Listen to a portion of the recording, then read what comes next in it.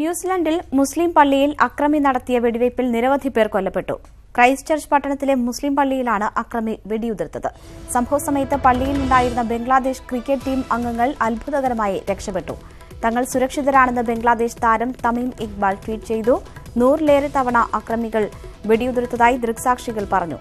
News ഡെസ്കിൽ നിന്നും വിവരങ്ങളുമായി എം അബ്ദുൾ റഷീദ് ചേരുന്നു.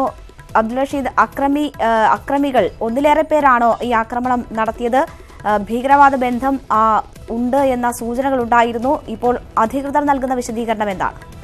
രേണുക, നമുക്ക് നൽകാൻ കഴിയുന്ന ഏറ്റവും പുതിയ വിവരങ്ങൾ 2 പള്ളികളിൽ ആക്രമണം നടന്നിരിക്കുന്നു എന്നതാണ്.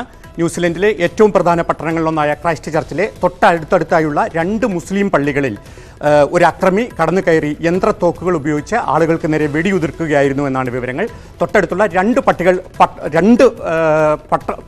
ഒരു പട്ടണത്തിലെ 2 തുടർച്ചയായ പള്ളികളിൽ വെടിവെപ്പ് നടന്നതായി ഇപ്പോൾ പോലീസ് സ്ഥിരീകരിച്ചിരിക്കുന്നു. 2 27 മരണങ്ങൾ ഇതുവരെ ഉണ്ടായതായി ന്യൂസിലൻഡ് മാധ്യമങ്ങൾ റിപ്പോർട്ട് ചെയ്യുന്നു. ഇക്കാര്യം ആധികാരികമായി സ്ഥിരീകരിച്ചിട്ടില്ല. ന്യൂസിലൻഡ് പ്രധാനമന്ത്രി ജസീന്ത ആർഡൻ അല്പം മുമ്പ് മാധ്യമങ്ങൾ കണ്ടു. മരണസംഖ്യയെപ്പറ്റി എനിക്ക് ഇപ്പോൾ ഒന്നും പറയാൻ കഴിയില്ല. എന്നാൽ ന്യൂസിലൻഡിൻ്റെ ചരിത്രത്തിലെ ഏറ്റവും ദുഃഖകരമായ ഒരു ദിവസമാണ് ഇന്ന് എന്നാണ് ന്യൂസിലൻഡ് പ്രധാനമന്ത്രി പ്രതികരിച്ചത്. 300 പേർ ഈ ആദ്യത്തെ അൽനൂർ പള്ളിയിൽ, ആദ്യ വെടിവെപ്പ് നടന്ന അൽനൂർ പള്ളിയിൽ 300 പേർ ഉണ്ടായിരുന്നു. ഇതിൽ 60 പേർക്കെങ്കിലും വെടിയേറ്റതായാണ് ദൃക്സാക്ഷികൾ പറയുന്നത്. തൊട്ടടുത്തുള്ള മറ്റേ പള്ളിയിൽ 200 പേർ ഉണ്ടായിരുന്നു. ഈ 2 പള്ളികളിലുമായി ഉണ്ടായിരുന്ന 500 പേർക്ക് നേരെ വെടിയുതിർത്തത് ഒരേ ഒരു അക്രമിയാണ് എന്നാണ് ഇതുവരെ നമുക്ക് ലഭ്യമാകുന്ന വിവരങ്ങൾ. ഈ അക്രമി പിടിയിലായതായി സ്ഥിരീകരിക്കാത്ത വിവരമുണ്ട്. ഇക്കാര്യങ്ങളൊന്നും തന്നെ പോലീസ് ഇതുവരെ സ്ഥിരീകരിച്ചിട്ടില്ല.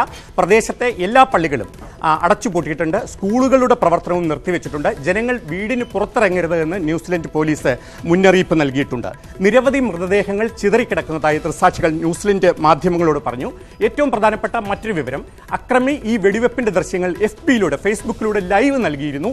ഈ ദൃശ്യങ്ങൾ ഇപ്പോൾ സോഷ്യൽ മീഡിയയിൽ വ്യാപകമായി പ്രചരിക്കുന്നുണ്ട്.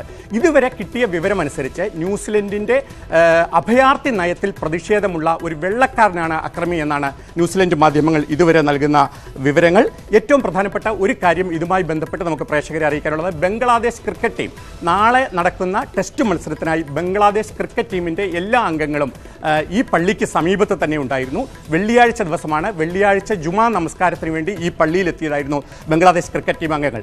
ഇവർ പള്ളിയിലേക്ക് പ്രവേശിക്കുന്നതിന് തൊട്ടു മുൻപ് തന്നെ വെടിവെപ്പ് നടന്നതുകൊണ്ട് അത്ഭുതകരമായി ഇവർ രക്ഷപ്പെട്ടു.